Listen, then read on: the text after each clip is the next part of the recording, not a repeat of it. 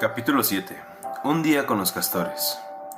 Mientras los dos niños cuchicheaban a sus espaldas, las dos niñas se detuvieron de repente y exclamaron: ¡No! ¡El petirrojo!, señaló Lucy. ¡El petirrojo se ha ido volando! En efecto, voló hasta perderse de vista. ¿Y ahora qué vamos a hacer?, preguntó Edmund, y miró a Peter como queriendo decir: ¿Qué te dije? ¡Shh! ¡Miren!, exclamó Susan.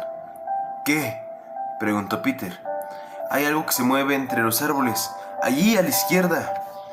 Todos miraron atentamente y comenzaron a sentirse preocupados. Allí está, dijo Susan de nuevo. También lo vi, confirmó Peter. Sigue allí, acaba de ocultarse detrás de ese gran árbol. ¿Qué es?, preguntó Lucy, esforzándose por no parecer nerviosa. Sea lo que sea, señaló Peter, nos está esquivando. Es algo que no quiere que lo veamos. Regresemos a la casa, sugirió Susan. Y entonces, aunque nadie lo dijo en voz alta, todos comprendieron de repente lo mismo que Edmund le había susurrado a Peter. Al final del capítulo anterior, se habían perdido. ¿Qué aspecto tiene?, inquirió Lucy. Es una especie de animal, respondió Susan. Y luego exclamó: ¡Miren! ¡Miren rápido! ¡Ahí está! Todos lo vieron. Tenía un rostro peludo y bigotudo, y los miraba escondido detrás de un árbol. Pero esta vez no retrocedió inmediatamente. En lugar de ello, el animal se llevó la pata a la boca, igual que los humanos se llevan el dedo a los labios cuando quieren indicar que se haga silencio. Luego volvió a desaparecer. Los niños contuvieron la respiración y se quedaron inmóviles. Un momento después, el extraño salió de atrás del árbol, miró a su alrededor como si temiera que alguien lo estuviera observando. Dijo algo parecido a silencio y les hizo señas para que se reunieran con él en la parte áspera del bosque donde se encontraba. Luego volvió a desaparecer. Ya sé lo que es, comentó Peter. Es un castor. He visto su cola. Quiere que vayamos hacia él, señaló Susan, y nos advierte que no hagamos ruido. Me di cuenta de eso, asintió Peter. La cuestión es si vamos a ir o no. ¿Qué opinas, Lu? Creo que es un castor bueno, respondió la niña. Sí, pero ¿cómo sabemos que es así?, dijo Edmund. Tendremos que arriesgarnos, señaló Susan. Es decir, no es bueno quedarse aquí parados. Además, tengo ganas de cenar. En ese momento, el castor volvió a asomar la cabeza de por atrás del árbol y les hizo insistentes señas para que se acercaran. ¡Vamos!, se decidió Peter. Hagamos la prueba. Manténganse todos juntos. Si resulta ser un enemigo, seguramente podremos enfrentarlo. Así que los niños se acercaron al árbol y miraron detrás de él, y efectivamente, allí encontraron al castor, pero ese retrocedió aún más mientras les decía con un ronco susurro gutural: ¡Más acá! ¡Vengan más acá! ¡Justo aquí! ¡No estamos a salvos al aire libre! Solo comenzó a hablarles una vez que los condujo a un lugar oscuro en el que 4 árboles crecían tan juntos que sus ramas se entrelazaban, y donde la tierra marrón estaba cubierta de agujas de pinos, pues allí no podía caer la nieve. ¿Son ustedes los hijos de Adán y las hijas de Eva?, preguntó. Somos algunos de ellos, respondió Peter. Shh, no tan alto, por favor, dijo el castor. Ni siquiera aquí estamos seguros. ¿Por qué? ¿De quién tienes miedo?, inquirió Peter. Aquí solo estamos nosotros. Están los árboles, respondió el castor. Siempre están escuchando, la mayoría de nuestro lado, pero algunos nos entregarían a ella. Ya saben a quién me refiero. Y asintió con la cabeza varias veces. Si vamos a hablar de bandos, intervino Edmund, ¿cómo sabemos que usted es un amigo? No queremos ser groseros, señor castor, añadió Peter. Pero ya ve usted que no somos de aquí. Muy bien, respondió el castor. Aquí está mi prueba. Al decir esto, le extendió un pequeño objeto blanco. Todos lo miraron sorprendidos, hasta que de repente Lucy exclamó: «¡Por supuesto! ¡Es mi pañuelo! ¡El que le regalé al pobre señor Tubnus!». «Así es», dijo el castor. «Mi pobre amigo se enteró de la orden de arresto antes de que lo fueran a buscar y me lo entregó. Dijo que si le ocurría algo, debía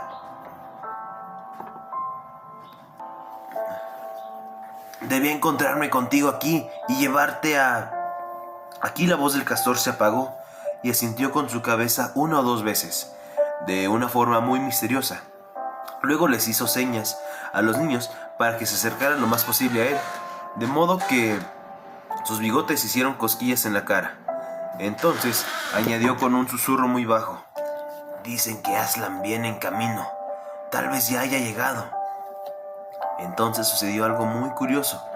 Ninguno de los niños sabía quién era Aslan, como tampoco lo sabes tú. Sin embargo, cuando el castor pronunció esas palabras, todos experimentaron sensaciones diferentes. Tal vez te haya sucedido alguna vez en un sueño. Alguien dice algo que no entiendes, pero sientes que tiene un significado enorme, ya sea aterrador, que convierte todo el sueño en una pesadilla, o un significado demasiado bonito para expresarlo con palabras, que hace que el sueño sea tan hermoso que lo recuerdas toda la vida y siempre deseas regresar a él. Así sucedió aquí. Al oír el nombre de Aslan, todos los niños sintieron un sobresalto en su interior. Para Edmund fue una sensación de horror misterioso. Peter se sintió repentinamente valiente y aventurero.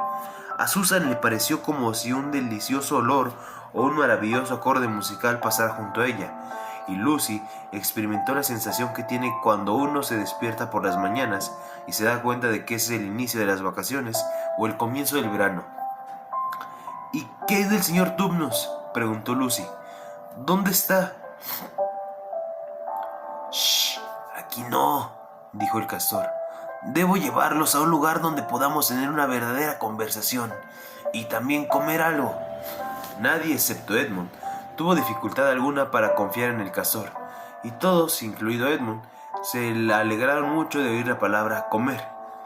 Así pues, se apresuraron a seguir a su nuevo amigo, quien los condujo durante más de 1 hora a un ritmo sorprendentemente rápido, y siempre por las partes más tupidas del bosque. Todos se sentían muy cansados y hambrientos, cuando, de repente, el bosque empezó a hacerse menos denso delante de ellos, y el terreno descendió en una pronunciada pendiente. 1 minuto después salieron al cielo abierto. El sol seguía brillando y se encontraron con un hermoso paisaje. Estaban en el borde de un angosto y escarpado valle, por cuyo fondo corría, o al menos habría corrido si no estuviera congelado, un río bastante grande. Justo debajo de ellos había un dique en el río, y cuando lo vieron todos recordaron que, por supuesto, los castores siempre construyen diques, y tuvieron la certeza de que el señor castor había hecho este. También se dieron cuenta de que ahora tenían una expresión de modestia en su rostro. El tipo de mirada que tiene la gente cuando muestra un jardín que ha plantado o lee una historia que ha escrito. Así que fue solo un acto de elemental cortesía. Cuando Susan expresó: «¡Qué dique tan bonito!». Y el señor castor no dijo esta vez «silencio», sino «es algo insignificante, una miniedad, y no está realmente terminado». Estaba en obra negra. Perdón. Más allá del dique se extendía lo que debía haber sido un profundo estanque, pero ahora era una superficie lisa de hielo, verde oscuro. Del otro lado del dique, mucho más abajo, también había hielo. Sin embargo, en lugar de ser liso, mostraba las formas espumosas y onduladas en las que el agua se había precipitado, justo antes de que todo quedara congelado. Además, el agua se había oscurecido sobre el dique, y a través de él formaba ahora una brillante pared de carámbanos, como si esa parte estuviera cubierta con flores y coronas y festones del más puro azúcar. En el centro, parcialmente sobre el dique, había una curiosa casita que más bien parecía una enorme colmena, y de un agujero en su techo salía humo, de modo que cuando uno lo veía, sobre todo si tenía hambre, inmediatamente pensaba en la comida y sentía más hambre aún. Eso fue lo que notaron los demás, pero Edmund se fijó en otra cosa. Poco más abajo, en el río, había un riachuelo que descendía por otro pequeño valle hasta desembocar en él, y al mirar a través de ese valle, Edmund divisó dos colinas bajas que parecían ser las mismas que le había mostrado la bruja blanca aquel día cerca del farol. Por lo tanto, entre ellas debía estar su palacio, a solo 1,5 kilómetros de distancia. O menos. Entonces pensó en las delicias turcas y en la posibilidad de ser rey y se preguntó qué le parecía eso a Peter, y le vinieron ideas horribles a la cabeza. «Hemos llegado», dijo el castor, «y parece que la señora Castora nos está esperando. Los guiaré, pero tengan cuidado, no vayan a resbalar». La parte superior del dique era lo suficientemente amplia como para caminar, aunque a los humanos no les resultaba muy fácil, pues estaba cubierta de hielo, y aunque el estanque congelado estaba al nivel del dique, por un lado, por el otro había una peligrosa caída hacia el río, más abajo. El señor Castor los condujo por esa vía en fila india hacia el centro, desde donde pudieron observar un largo trecho, río arriba y río abajo. Cuando llegaron al centro, estaban ya en la puerta de la casa. «Aquí estamos, señora Castora», dijo el señor Castor. «Los he encontrado. Aquí están los hijos de Adán y las hijas de Eva». Y todos entraron.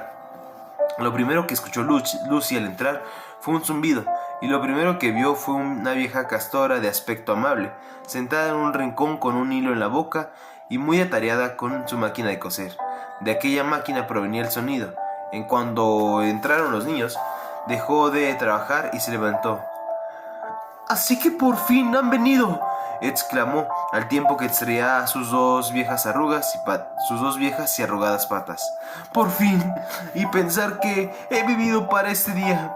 Las papas están hirviendo y la tetera silbando, y me atrevo a decir que el señor Castor nos traerá algo de pescado». «Eso haré», dijo el señor Castor, y salió de la casa. Pero Peter lo acompañó, y cruzaron el hielo profundo, y cruzaron el hielo del profundo estanque, hasta donde había un pequeño agujero que mantenía abierto todos los días con su hacha. Llevaron un balde, y el señor Castor se sentó tranquilamente en el borde del agujero. No parecía importarle que hiciera tanto frío. Miró fijamente hacia adentro, y de repente metió la pata, y antes de que pudiera decir palabra alguna, sacó una hermosa trucha. Luego volvió a hacerlo, hasta que tuvieron una buena cantidad de peces. Mientras tanto, las niñas ayudaron a la señora Castora a llenar la caldera, poner la mesa, cortar el pan, poner los platos en el horno para calentarlos y sacar una enorme jarra de cerveza para el señor Castor de un barril, situada en una esquina de la casa. Luego ayudaron a poner la sartén en el fuego para calentar la grasa. Lucy pensó que los castores tenían una casita muy acogedora, aunque no se parecía en nada a la cueva del señor Tubnus. No había libros ni cuadros, y en lugar de camas había literas empotradas en la pared, como a bordo de un barco, y había jamones y ristras de cebolla que colgaban del techo. Y junto a la pared había botas de goma, ropa impermeable, hachas, tijeras, palas, paletas, recipientes para transportar argamasa, cañas de pescar, redes y sacos. Además, el mantel que cubría la mesa, aunque muy limpio, era muy tosco. Peter y el señor Castor entraron juntos cuando la grasa del sartén comenzaba a sisear. El señor Castor, ya muy limpiado, ya había limpiado con su cuchillo el pescado. Es fácil imaginar lo bien que olería el pescado fresco mientras se frían, las ganas que tendrían los niños de que ya estuviera listo, y el hambre que habrían sentido cuando finalmente el señor Castor dijo: «Ya casi está». Susan escurrió las papas y las volvió a colocar en la olla vacía para que se secaran junto al fogón, mientras Lucy ayudaba a la señora Castora a servir las truchas, de modo que eran muy pocos minutos que en muy pocos minutos todos estaban sentados en sus taburetes. Todos los asientos eran taburetes de 3 patas en casa de los castores, excepto la mecedora especial de la señora Castora, ubicada junto al fuego, y se disponían a disfrutar de la comida. Había una jarra de leche cremosa para los niños. El señor Castor prefirió la cerveza, y un gran trozo de mantequilla de color amarillo intenso en el centro de la mesa, del que cada uno tomaba la cantidad que quería para acompañar sus papas. Y los 4 niños pensaban, y yo estoy de acuerdo con ellos, que no hay nada más delicioso que un buen pescado de agua dulce, que se capturó media hora antes, y está recién salido de la sartén. Y cuando terminaron el pescado, la señora Castora sacó inmediatamente del horno un gran pastel de mermelada, humeante y delicioso, y puso la tetera al fuego. Así que cuando terminaron el pastel, ya el té estaba hecho y listo para servirse. Cuando todos subieron su taza de té, arrimaron sus taburetes a la pared para poder recostarse y exhalaron un largo suspiro de satisfacción. «Y ahora», dijo el señor Castor, y apartó su jarra de cerveza vacía para tomar la taza de té, «si esperan a que encienda mi pipa, podremos hablar del asunto. Vuelve a nevar», añadió, y miró por la ventana. «Eso es bueno, pues así no tendremos visitas, y si alguien ha intentado seguirlos, no encontrará ninguna huella».